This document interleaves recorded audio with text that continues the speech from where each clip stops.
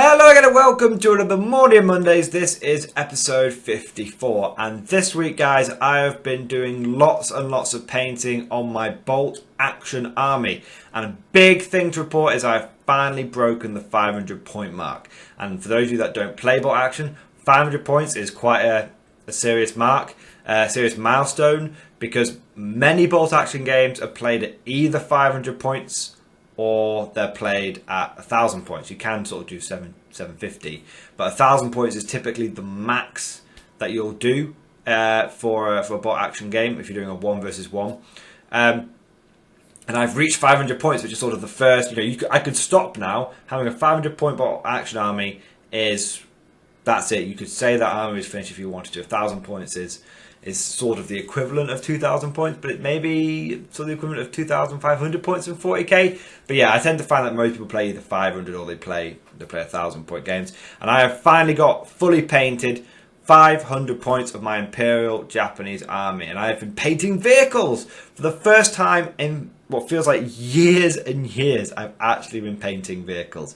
I have to say it was a lot of fun, and vehicles are much quicker to paint than infantry. Infantry take a really, really long time to paint up. So what I got finished this week, guys, was I got my Type 95 Hargo light tank, and I use the word tank very generously with this vehicle. For those of you that know history and the Japanese, you'll know what I mean when I'm being a bit hesitant to call the Hargo a tank. I also got painted up my 1928 Vickers Crossley armoured car. And I also got 5 infantry painted up, 5 of my last of my Banzai boys, my samurai lads. These are the last of the basic riflemen painted up, so I've got 25 riflemen fully painted now, which is a nice, solid core of riflemen. I'll probably get more as a Japanese player when I go up to 1,000 points. I'll probably want more, but for now, for 500 points, this is enough. So, the Hargo, which is the light tank, and I say tank in air quotes, I actually really, I don't know why, I absolutely love this tank. It's such a meme unit. For those of you that don't know much about bolt action or, sort of World War II, especially the Pacific era, or theatre I should say, the Hargo was sort of, it was the most common armoured vehicle that the Japanese used, and it was terrible. It was truly terrible. By the time of World War II, by the time of late World War II, it was just massively obsolete. For when it was originally produced in in the 30s, so sort of just before, early 30s, before World War II, it was good.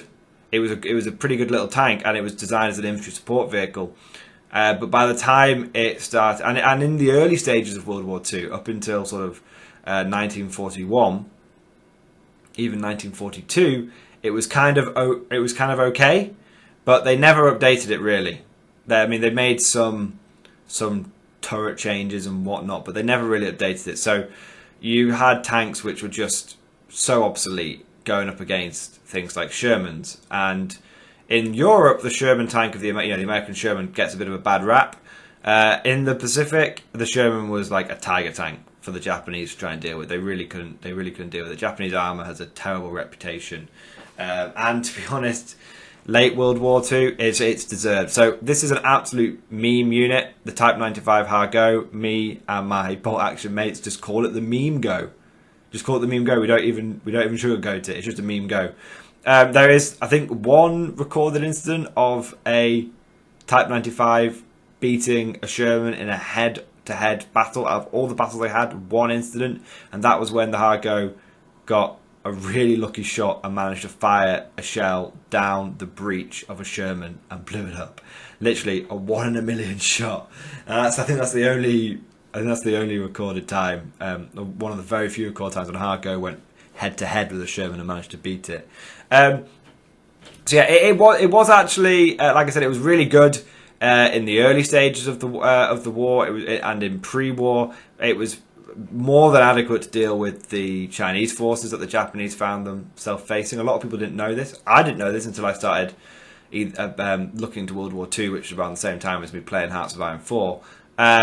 the Japanese basically had their World War II start 2 years before everyone else in 1937 when they went to war with China. That was really when some people would argue World War II kind of started. It can be argued. And the Chinese had huge manpower pool available to them, but it was very much using out-of-date equipment. It was all... They were lucky if they had machine guns, to be honest, and artillery.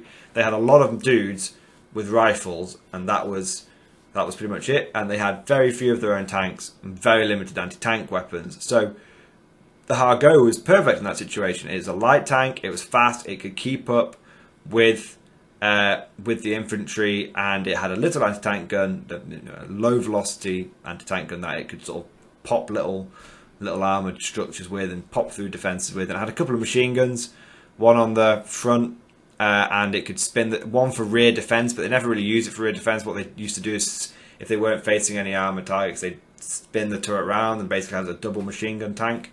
And yeah, it was perfect in that environment. And it was even, what I really liked, it was actually really effective in 1941 when...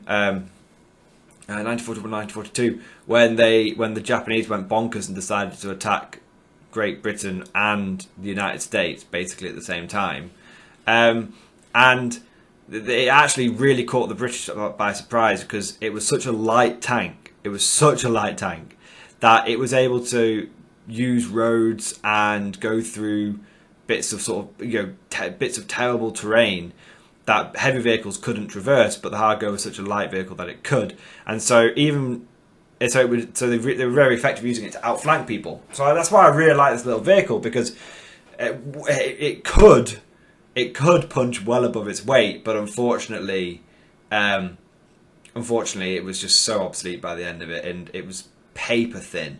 There were reports of later like late war American rifle ammunition, when they developed later rifle ammunition that could go through the sidearm of this thing. Like, it was just terrible. But it's the meme go. So plucky little tank. And don't even get me started, when these things went up against Soviet Tu-34-85s, the Soviets thought that they had no idea. They were like, what the hell? This is such a terrible vehicle. Why are the Japanese even using this? So it's a great little vehicle. In terms of bolt action, in terms of painting it, I actually really enjoyed painting the camo scheme on it. I did a base coat of Zandri dust, and then I did brown. The brown camo is actually... I thought it was very difficult to do the camo before I started painting it. Then I watched a 5-minute tutorial video on how to do it, and I realised it's super easy. What you do is you paint the brown, then the green, and you try and have that cover about 25% of the overall surface area of the vehicle. And then you do the yellow line, the yellow sort of almost like splinter camo, almost. And it's really easy to do that. You just do a cross on the turret, essentially, and do it like that. And when I realised it was just a cross on the turret, and you sort of wiggle it down, one on each side, I was like, wow, that's actually really easy to do. So I really enjoyed how the camo came out. What it's actually made me want to do is to get more Hargos, to get more Japanese armor. I'm looking at some Chihas now, Type 97 Chihas and Chiha Shintos. So I'm going to get at least one of each Japanese sort of common vehicle. I'm not going to get the experimental ones that never saw combat. I'm only going to use the combat vehicles. Now, that is enough about the meme go, the plucky little Japanese tank. What the second vehicle that we've got here today is a really weird one, is the Vickers Crossley 1928 armoured car. Now, Japan actually used a fair number of these in the early stages of World War II. In fact, their most famous outing is, I think, when the Japanese captured Shanghai. They just sort of rolled in there and just took it. And there was not much that the enemy could do, and they were used very effectively then. Obviously, it's an old car by European standards, massively out of date by the time World War II came along. But again, like the Hargo, it was against the Chinese, who had very little in the way of anti-tank. Very little. And you might say that's unusual. That's unusual. But what you've got to kind of understand is, in the Pacific theatre, or the sort of Eastern theatre with the Chinese and the Japanese. It was, it was a bit like the beginning of World War One. They were almost like a world war behind. And if you think to the beginning of World War One, no one had any anti-tank weapons because there weren't any tanks. They had rifles, machine guns, and some artillery, and that's what the Chinese army had. They had rifles, some light machine guns, a few heavy machine guns, and some artillery. So the Chinese were almost like a World War One army, and the Japanese were kind of like an interwar army. And so just the fact that they had these few armoured vehicles, and the Chinese didn't really have the means to combat them. It was, imagine if like a single, imagine if when I feel like there'd been like a single Tiger tank on the Western Front in World War One, it would have dominated. The Allies couldn't have done anything about it. Physically, couldn't have done anything about it. Think about the same thing with the Chinese and the Japanese. The Chinese physically couldn't really do much about it. What the Europeans considered to be a terrible tank in the Hargo and not a particular an obsolete armoured car in the 1928 Vickers Crossley were totally fine for the Chinese war theatre. So there you go. Now in terms of painting this one, I tried to keep it historical. This one didn't have any camo scheme. It was, there are some, you'll find some pictures sketches of them with a camo scheme, but I don't know if they actually had any in World War II. The most common pictures I found were they were a single colour, and they were a similar. This sort of colour isn't exactly right for them, but it's close enough. But they did have little sort of symbols and numbers on the sides, and they did have the Japanese flag on them. In terms of the symbols that I've used, in case anyone is wondering, I don't know what they mean. They came on the transfer sheet with the Hargo. I thought I want to use them. I'm not going to try and freehand Japanese writing because I don't know what I'd be doing, and I don't want to mess it up. So all I did is just get a bunch of transfers and stick them on one on each side of each turret, and one and three to make up the number plate, basically on the back, and that's all it is. I don't know what they mean. Hopefully they don't mean anything too offensive. In terms of the flower on the back, in case anyone's wondering what the hell it is, that's just my own personal touch. That wasn't historically accurate. That is the chrysanthemum. I hope I pronounced that correctly, which was like a Japanese symbol. So I thought I'd put a chrysanthemum on the back because it looks cool. Every Japanese rifle had one of those on. And they were meant to get scratched off before they were handed over, but some of them won't. So if you find a Japanese Arasaka with the chrysanthemum on, it's apparently very rare and valuable. But yeah, I just thought chrysanthemum, cool, it'll break it up a little bit, and I'm just trying to make it not look like just a solid block of tan, which is what I did. So in case if anyone's wondering where I got the vehicles from, the Hargo is from Warlords, and the Vickers Crossley 1928 armoured car is from eBay, and there's just like one guy in the whole of the UK who just 3D prints these things, and I couldn't find anyone else, like anywhere, who actually sold a model for these things. And this guy is just, I think he's the only guy, and he sold a few dozen of them, and I'm pretty sure it's just one chap who's just really, really passionate about World War II, 28mm, probably bolt action, and he just sort of has a little eBay shop who's got, like 100, I think he's got like 100, maybe 200 feedback or something, and he just 3D prints these cars. So I thought, yeah, I'll get one, and it's perfect. I mean, it's not a perfect model, but it's damn close enough for what I need. And I really, really like it. Now, and then like I said, I painted on my last 5 inventory. So in terms of paints, I probably should go through. Like I said, Xandri just base coat for both. The grey on the turret, it's meant to be white, but it looked a bit stark white, so I went for grey instead and gave it a wash of Nolan oil. The wash for all the tan is Seraphim Sepia, in case anyone is wondering. The headlights on both vehicles were done with a base coat of Avalanche Sunset, and then a layer or 2 or 3 of Flashkit Yellow, and then washed with Cassandora Yellow. And for the Hargo, I should have said the brown was Mornfang Brown, and the green was Castellan Green, and the yellow was just Avalanche Sunset, and all those colours were washed in Nuln Oil. Okay, which is why they come out nice and dark. The tracks and the wheels were done with a bad and black, and then just dry brushed with Ironbreaker, and then washed with Norn oil. I like to dull it down. I don't know if the tracks are the exact right colour scheme, but it's fine. I'm not going for 100% historical accuracy. On the infantry that I paint, I do pretty much the same thing. The only difference is the brown on the rifle is Mournfang brown, but on the infantry equipment is Gorthor brown, and it's Seraphim Sepia on the tan, Norn oil on everything else apart from the skin, which is also Seraphim Sepia. So there you go. That's all the paint, just in case anyone's curious, because I know I haven't done a bolt action video in a while. That's how I paint everything up. So I like with these sort of bolt action Mordian Mondays to throw in like a bit of what I've been working on, at the same time throwing in a bit of the history in there, because I know a lot of people like the history side of it, bit, and a lot of people know more about it than me. So I sort of have a very rough knowledge, and then I love it when people in the comment section below sort of get down and give me a few extra little stories and little bits of historical information. But it's really, really cool.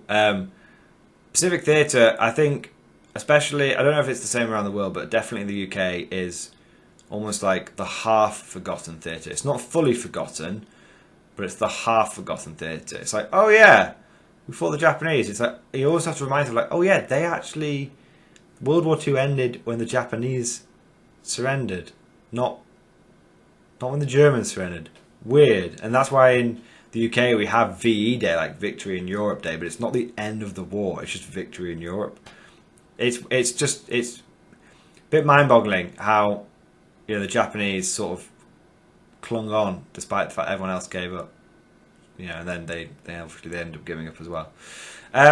So all that history and everything, let's talk Turkey, let's talk bolt action tactics. So I did, before lockdown, manage to get quite a few games of bolt action in.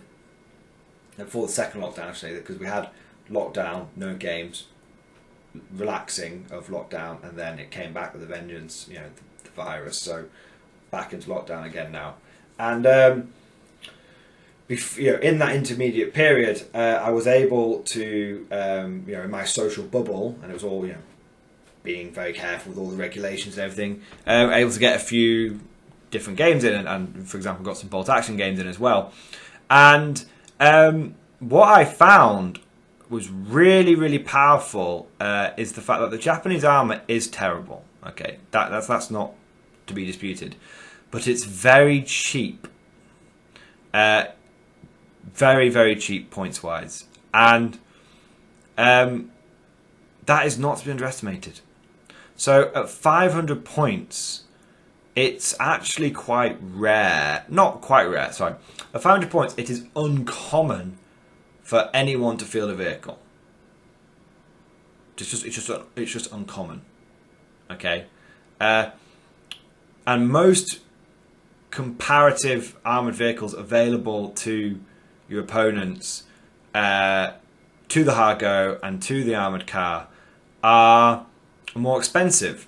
So for example, I played 3 games against a British player, close friend. We actually got into bolt action at the same time. We sort of encouraged each other to get into it, and he had a Daimler armoured car. Absolutely love that vehicle. Don't know why, just aesthetically, absolutely love it. And his Daimler armoured car was more expensive than my Hargo. But all it had was a light anti-tank gun. And the Hargo's got a light anti-tank gun. Well, it's got a low velocity one, so it's not quite as good. But all it has is a light anti-tank gun and a coaxial machine gun. So it can use either the anti-tank gun or the machine gun, but it can't use both. The Hargo, on the other hand, stats-wise, very similar. The anti-tank rifle, the anti-tank gun, pretty much is an anti-tank rifle. The anti-tank gun is about the same. When you've got the Daimler shooting at the Hargo and the Hargo shooting at the Daimler, those guns are pretty much equal to each other. They're both light anti-tank guns shooting light vehicles. So the main sort of event, the main anti-tank weapon on each one was equal. Then the Hargo has a machine gun, and if it needs to, it can just spin that turret round, and then it's got 2 machine guns. And double medium machine gun in bolt action, a vehicle that can pump out double medium machine gun and is armoured, is at 500 points is really potent, really potent. Because at 500 points, you're not going to come across a huge amount of anti-tank stuff. And then you've got the fact that the Japanese, and it only costs 90 points for a hard go. 90, it's nothing. And in terms of bolt action armor, it's nothing. You know, consider if you scale it up to 40k, it's like, oh yeah, it's like 150 points. I mean, imagine if your Lehman Russ fully kitted out was 150 points, like being back in 8th edition, you know. But then imagine that everyone else is paying like 9th edition prices for their vehicles and then some. So imagine, you've got two vehicles which are roughly equivalent, but one player is paying like, 250 points worth of 40k points, and one player is paying like 150, 175. See what I mean? So, and there's a reason, because the Daimler has other rules that it has recce, so it can dodge shots, and it pays for it. It is better in some ways, but just in a straight up slug match, they're equal. And sometimes you don't want to pay for rules you're not necessarily going to care about. Sometimes you're not worried about being fancy maneuverable or anything like that. Sometimes you just want to spam machine guns, and you're not going to pay for rules you don't need or don't want necessarily. And that's kind of where the Japanese armor comes in. It doesn't have a lot of fancy gimmicks, but it's dirt cheap and has just as much fire output in the early war as other people's factions. So you know what's better than having one tank which can effectively spam double medium machine guns? So it's having two vehicles that can spam double medium machine guns. And then the Vickers Crossley comes in, and it's like, oh wow, because that is even cheaper. That vehicle in bolt action is only 70 points. So between these two vehicles for 160 points, I've got 4 medium machine guns. And that's a big deal. You don't necessarily need to know the ins and outs of bolt action to just appreciate that that is a really big deal. So, and then the fact that I can take another machine gun in my medium machine gun team, and at 500 points I can spam 5 machine guns. Now that's actually not a good thing for 2 reasons. One, it means I haven't got any mortars, and mortars and indirect fire and HE kind of weapons are really good in bolt action. You definitely want to be bringing some of them. So one, it means my arm, spamming in bolt action. The golden rule of bolt action is if you spam something, it's bad. This is not 40k. There's a person in our gaming group that has essentially tried to spam veteran German infantry with all the best upgrades like STGs, Panzerfausts, because on paper STG veteran infantry are like unstoppable. But the thing is that they're unstoppable when they are well supported. If all you take is veterans with STGs, you're going to really struggle. Even with Panzerfausts as your tank, because they're really short range, you're going to really struggle. So spamming in bolt action is not a good thing. It's not like 40k where you find that one pressure point, you spam. It's not good. I mean, there are some ways you can break the game and do it. When you're talking about a standard game versus 2 normal people playing each other, one person brings a spam, they're going to lose. It's not like 40k where one person brings a spam, they're going to win. So it's really good. So number one, I don't want to spam, because if I spec everything to MMGs, I'm just going to get rinsed by someone using heavy artillery or even light artillery. And the second thing is that even if I dropped my medium machine gun and took and replaced it with a medium mortar, and I filled that gap in, and then it's like, right, well, I've got my little anti-tank gun on my hard go as my anti-tank, and I'm just spamming like 4 machine guns as well, and then I've got my mortar and my rifles, blah blah blah. It's try hard. It is really, it's whacker, and the bolt action community, it's a small community at the moment. It's not like 40k, and I'm sure when it grows in popularity this will change, and unfortunately not for the better. I've just seen this happen in many communities. They're always best when you're in the sort of primordial ooze stage, and often when they grow and become mainstream, it's not as good. I'm not trying to sound hipsterish, it's just, we've all been there, we all know it. It's always best to, it's always the most fun when you get in at the beginning. And at the moment, there's a really strong sense in the bolt action community of don't be a dick. It's very simple. Don't be a dick. If you're a dick, people you're just breaking this almost like unwritten social contract. And this social contract's meant to exist in all war games, But what I found in bolt action is it's really strong. And I think the reason for this, and it's purely my theory this, I've got no evidence really to back it up. I think the reason is because a lot of people who play bolt action, not all of them, maybe not even 50%, maybe only like 25, 30, a small percentage, I don't know, but a significant amount of people who play bolt action are kind of like 40k refugees. And they quit 40k because they got sick of the bullshit and the cycle of, nerf and whatnot, blah blah blah, and they got sick of the classic Games Workshop cycle, and they got sick of the bullshit that happens in 40k, with just spam, and things being broken, overpowered, and unbalanced. And they came to bolt action, which is not a perfectly balanced game, but in comparison to 40k it looks extremely balanced. It's not, but it's much better. It's not perfect, but nothing is. But it is very, very, it's really good. It's much closer balanced than you have in 40k. And so a lot of people come from 40k who have left because they hate the spam and the imbalance, and they've come to bolt action because they want to play a game which is still fun and not too neckbeardy, and it's still beer and pretzels, but it's also not bullshit and spammy. And that's why there's a lot of people in the bolt action community. If you turn up with a spam list, number one, it's like a cardinal sin. It's like, no, you've done it. We don't do we don't do that here, kind of thing. And then number two, what happen, more often than not, that person will just refuse to play you, and it's like, then that will happen because it's a very close knit community. If people just start refusing to play you, that's it. It's very difficult to find in the gaming group. It's not like 40k where you can just leave and find in the gaming group. There might only be one in your area. So you can't, you turn up and be a whacker dickhead, you'll just run out of people to play in like a week or two. It'll get round the community really quickly. So, and that's not trying to be gatekeeper or anything like that. It's a really open community. I've had nothing but positive comments and stuff and when I've been asking questions on various bolt action forums, it's just like this unwritten social contract where it's like, don't be a dick. If you are a dick, people just won't want to play you, and then you won't get any games. And a lot of people in this game are perfectly happy to just paint and chill. They're not that bothered about having to get games of 40k or anything like that.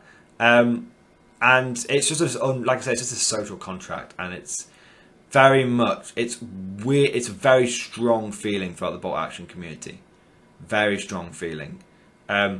When you go to a tournament, its gloves are off, and no one minds what you turn up to a tournament with. Okay. When you play in casual, though, it's like, don't turn up at 500 points with you two British artillery observers. You'll just cream the opponent. Don't do it. When you're playing Soviets at 500 points, don't take the free squad. A full free squad of conscript at 500 points, so it's just brokenly powerful, and people just don't do it. They go, yeah, that would be broken, that would be really, really overpowered, I'm not going to do that, and people just don't do it. And it's just, and this sort of social contract, this feeling, this just general thing, it's not really written down anywhere. It's just sort of almost like the force. It's just interwoven into the community, and you might read it once, sort of read it a little bit on a forum, like, and a little bit here, and it'll just be mentioned, like, oh no, we don't really do that in the bolt action community. It's just sort of mentioned on like a Reddit post here or a comment there on a video. And when someone like me reads it, I then spread it, and it just spreads by word of mouth. And then, because bolt action is typically, people don't get into it by random like they do with 40k. Someone will take the plunge because they heard about it, and that person will tend to drag in dozens of other people. Whereas more so in 40k, a lot of people just pick it up randomly. Bolt action is definitely one or two people get into it randomly, and then they drag a lot of people in together. So you have lots of really close-knit local metas. There's not many big tournaments of bolt action. Like a big tournament of bolt action, if 20 people turn up, that's like unheard of. This is all from what I'm still a novice at this. I could be speaking total shit, but this is what I've experienced so far. Anyway, guys, that's why when I say I have 500 points painted up, I do have 500 points painted up, but I need to get a lot more painted up because I don't want to run a 5 medium machine gun list, because it'll either fail terribly or it'll crush my opponent. It'll be boring for both of us. I'll probably run 1 armoured vehicle at 500 points, and then probably run like a medium machine gun and a mortar instead of the Vickers Crossley. You know, I'll balance it because I'm not a dick. Well, I like to think I'm not anyway. Anyway, guys, that is the long, rambling Mordian Mondays over. We have talked about all things bolt action. I have covered not only the social side, the hobby side, and the tactics side, but just the general thing that is this mad sleigh ride that is bolt action. Do I recommend the game? Absolutely. Highly encourage you to get into it. It's extremely affordable. You know, that Hargo, you know, the most expensive part is the vehicles, but you're never going to need more than 2 in a battle. 1 tank and 1 armoured car is all you will ever need. If you buy more than that, it's just for fun. So, the armoured car I got for £12 off eBay. The Hargo I got for £19 directly from Warlord. You could get that for 20% off, so it'd be down to like £16. The infantry, £25 for 30 infantry directly from Warlord. Again, you can get 25% off. And each one of the weapon teams comes in at about £5 to £7. And you only ever need 1 medium machine gun, unless you're playing sort of US or something like that. So, very affordable. You can get all your books. You can probably get a full bolt action army, 1,000 points, with more infantry than you'll need, 1 of every weapon team, and 1 of each and a couple of vehicles. More than 1,000 points with all your books and your dice and everything. You could probably get for about £150, and that's going all in. You can easily put together a bolt action army for £100, which is, for a wargaming hobby, pretty bloody affordable. The equivalent, it's, I would say, depending on deals and getting it from second hand and whatnot, I would say bolt action is, it can be 75% cheaper than Warhammer 40k. It's not as epic. It is a skirmish game, but it is about 75% cheaper at best. At the very worst case scenario, depending on what army you're going for and whatnot, and if you're buying, rather than the plastics, you start buying some of the metal stuff that Warlord does, it might only be 50% cheaper. Maybe only 50%. You can get 2. You can, or I can guarantee you get 2 bolt action armies for the price of 1 40k army. 1,000 point bolt action armies, which is the equivalent of getting, you know, 2k 40k armies in terms of points for the price of 1 2,000 point 40k army.